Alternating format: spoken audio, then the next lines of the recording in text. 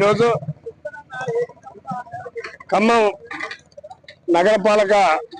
సంస్థ పరిధిలో ఉన్నటువంటి 60 డివిజన్లలో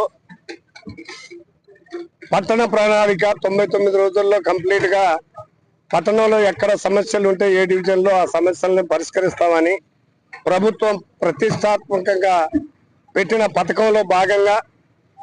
3 టౌన్ ప్రాంతంలో 48వ డివిజన్ పరిధిలో ఈరోజు 50 మంది కార్మికులను ఇస్తామని 20 మంది పారిశుద్ధ్య కార్మికుల్ని 2 జేసీబీలు ఒక బ్లోజర్ ట్రాక్టర్ ఇవ్వటం జరిగింది.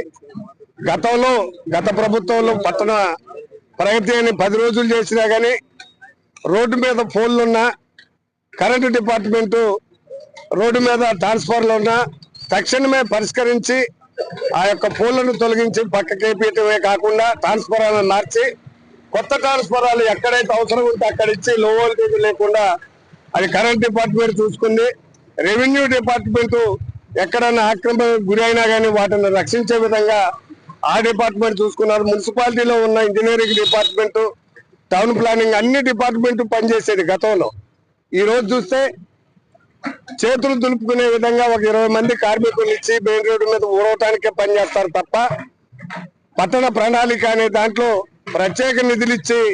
ఈ 48వ డివిజన్ లాగా విస్తారంగా ఉన్నటువంటి శివారు వార్డులకి ప్రత్యేక బడ్జెట్ కేటాయించి శాశ్వత పరిష్కారం చేసే విధంగా కమిషనర్ గారైనా, ప్రభుత్వ యంత్రాంగం కలెక్టర్ గారైనా, ప్రభుత్వ పాలకులు మంత్రి గారైనా ప్రత్యేక దృష్టి సారించి శివారు ప్రాంతాలైనటువంటి 3 టౌన్ ప్రాంతంలో ఉన్న వార్డులకు ప్రత్యేక బడ్జెట్ కేటాయించి ఈ ప్రాంత ప్రజల ఆరోగ్య రీత్యా మెయిన్ గా ఈ యొక్క గణేష్ నగర్ లో ఉన్నటువంటి మెయిన్ రోడ్డు